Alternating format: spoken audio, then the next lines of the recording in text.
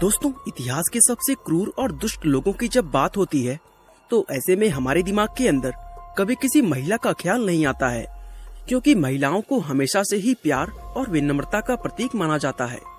हालांकि दुनिया की हर एक महिला विनम्र स्वभाव की हो, ऐसा होना भी संभव नहीं है। और आज की हमारी इस वीडियो में हम आपको इतिहास की कुछ ऐसी ही दुष्ट महिलाओं के बारे में बताने वाले हैं, जिन्होंने क्रूरता और हत्या जैसे घिनौने काम के मामले में दुनिया के बड़े से बड़े तानाशाहों को भी पीछे छोड़ दिया था। तो चलिए अब बिना देर किए इस वीडियो को शुरू करते हैं। Number 8, Mary first of England. दोस्तों, इंग्लैंड की रानी मैरी द फर्स्ट 18 फरवरी सन 1516 को इंग्लैंड के राजघराने में पैदा हुई थी, जिसको मैरी ट्यूडर के नाम से भी जाना जाता है। मैरी इंग्लैंड और आयरलैंड की राजगद्दी पर साल 1553 में बैठी थी और उसका ये शासन 1558 में उसकी मौत होने तक चला था। हालांकि वह सिर्फ 5 साल के लिए इंग्लैंड की रानी बनी थी, लेकिन इन 5 सालों में उसने ऐसा आतंक मचाया कि आज उसको इतिहास की सबसे क्रूर और सनकी रानियों में शुमार किया जाता है। वह इंग्लैंड के राजा हेनरी द 8 और उनकी पहली पत्नी कैथरीन ऑफ एरागॉन की पहली और एकमात्र जीवित बचने वाली संतान थी। मैरी ने अपने शासन में लोगों पर इतना जुल्म किया कि इतिहास में आज उसका नाम ब्लडी मैरी के नाम से लिखा जाता है। दरअसल मैरी कैथोलिक धर्म को मानने वाली एक कट्टर धार्मिक महिला थी। वह अपने पिता के शासन के कारण इंग्लैंड से खत्म होते जा रहे कैथोलिक धर्म की वजह से काफी चिंता में रहती थी।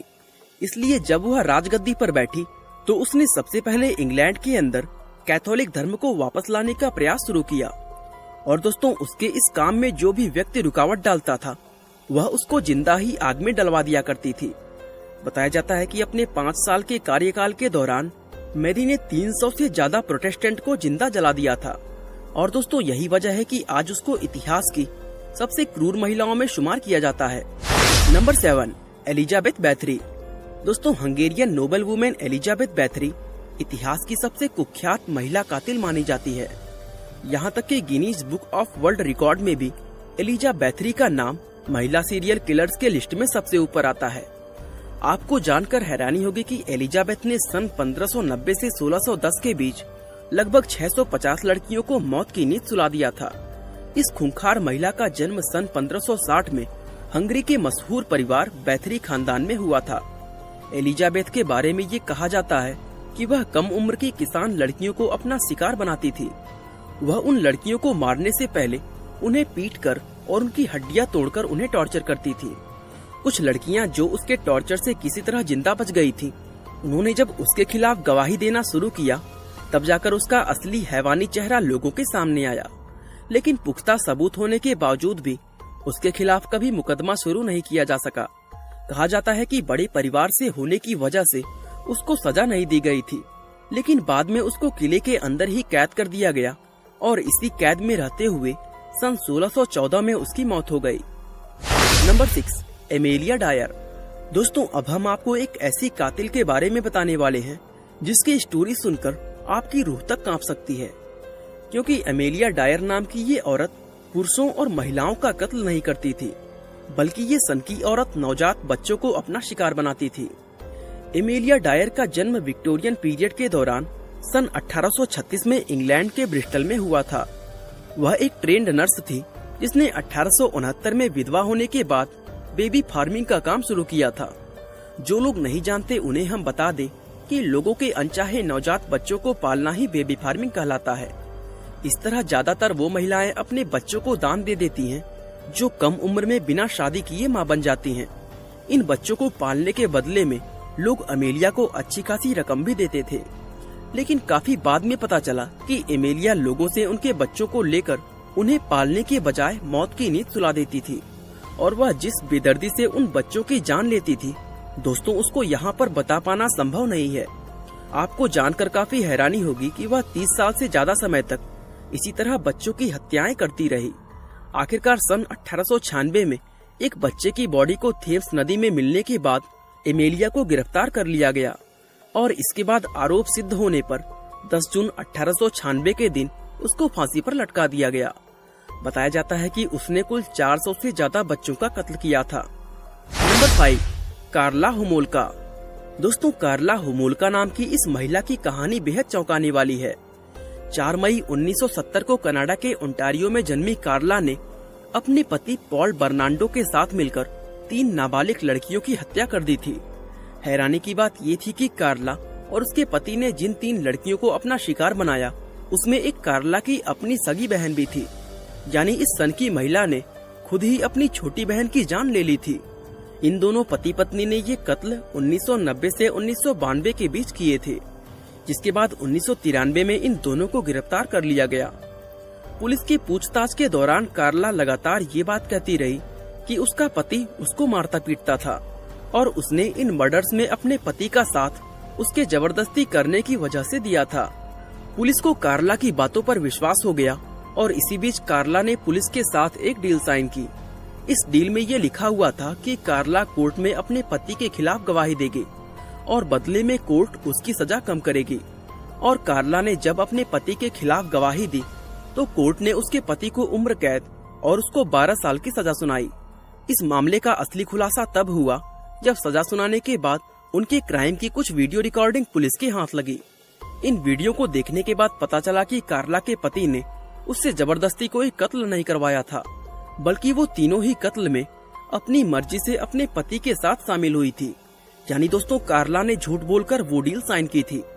लेकिन दोस्तों, अब किसी भी तरह वो डील तोड़ी नहीं जा सकती थी। इस डील की वजह से साल 2005 में वह अपनी सजा पूरी करके जेल से रिहा हो चुकी है और आज वह कनाडा के क्यूबेक प्रांत में शांति से अपना जीवन जी रही है। दोस्तों, कार्ला की उस डील को कैनेडियन प्रेस के द्वारा डील विद द डेविल का नाम दिया गया था। नंबर 4, आइलीन वियोनॉर्स। दोस्तों, जब भी हम लोग दुनिया के खूंखार कातिल की बात करते हैं तो हमारे दिमाग में किसी महिला का ख्याल नहीं आता। लेकिन अब हम आपको एक ऐसी महिला कातिल के बारे में बताने जा रहे हैं जिसको अमेरिकन हिस्ट्री के सबसे खतरनाक कातिल में शुमार किया जाता है। इस महिला का नाम आइलीन वियोनॉर्स था, जो 29 फरवरी 1956 को अमेरिका के मिशिगन में पैदा हुई थी। आइलीन के बारे में ये कहा जाता है कि वो शुरुआत से ही एक सनकी स्वभाव की महिला थी और साल 1989 में जब उसकी उम्र 33 साल हुई तो उसने अपनी सनक मिटाने के लिए पुरुषों की हत्याएं करना शुरू कर दी थी। दरअसल दोस्तों, आइलीन को सेक्स की लत लग गई थी, जिसके चलते वह प्रोस्टिट्यूशन के धंधे में उतर गई। वह अक्सर नए नए पुरुषों के साथ संबंध बनाती और संबंध बनाने के दौरान जो पुरुष उसको पसंद नहीं आता वह उसको गोली मारकर उसकी हत्या कर देती। इस तरह आइलीन ने कुल 7 पुरुषों को मौत के घाट उतार दिया था। हैरानी की बात ये थी कि इन पुरुषों के मर्डर के इल्जाम में उसको कई बार गिरफ्तार भी किया गया, लेकिन वह हर बार कोर्ट को बेवकूफ बनाकर बच निकलती। हालांकि आइलीन की झूठी कहानी कोर्ट के अंदर ज्यादा लंबे समय तक नहीं चल पाई, क्योंकि उसके ऊपर मर्डर के अलावा चोरी, डकैती और धोखाधड़ी के भी कई आरोप लगे हुए थे। आखिरकार कोर्ट में उसके ऊपर लगे सभी अपराध साबित हो गए, जिसके बाद साल 2002 में उसको लीथल इंजेक्शन के जरिए मौत की सजा दे दी गई। साल 2003 में आइलीन के जीवन पर मॉन्स्टर नाम की एक मूवी भी बनाई गई थी और इस फिल्म के लिए हॉलीवुड एक्ट्रेस चार्लिज थेरॉन ने बेस्ट एक्ट्रेस का ऑस्कर अवार्ड भी जीता था। Number 3, Beverly elite. दोस्तों, इंग्लैंड की रहने वाली बेवर्ली एलिट एक ऐसी महिला है जिसको द एंजल ऑफ डेथ का टाइटल दिया गया है। 4 अक्टूबर 1968 के दिन इंग्लैंड के लिंकनशायर में जन्मी बेवर्ली एलिट लिंकनशायर के ही ग्रांथिम एंड केस्टविन हॉस्पिटल में एक नर्स के तौर पर काम किया करती थी। दोस्तों, इस हॉस्पिटल में काम करते हुए उसने 4 बच्चों का कत्ल और 6 बच्चों को बेहद गंभीर रूप से घायल कर दिया था। बेवर्ली ने ये क्राइम साल 1991 में फरवरी से अप्रैल के बीच 59 दिनों के अंदर किया था। आपको जानकर हैरानी होगी कि इस हैवान महिला ने जिन बच्चों को अपना शिकार बनाया था उनकी उम्र 2 महीने से लेकर 11 साल तक थी। इन मासूम बच्चों को मारने के लिए वह इंसुलिन या पोटेशियम का हाई डोज इंजेक्शन का इस्तेमाल करती थी। इससे बच्चों को कार्डियक अरेस्ट आता और उनकी मौत हो जाती। हॉस्पिटल में बच्चों के इस तरह मरने की जब जांच की गई तो पता चला कि ये काम हॉस्पिटल में ही काम करने वाली बेवर्ली एलिट का था।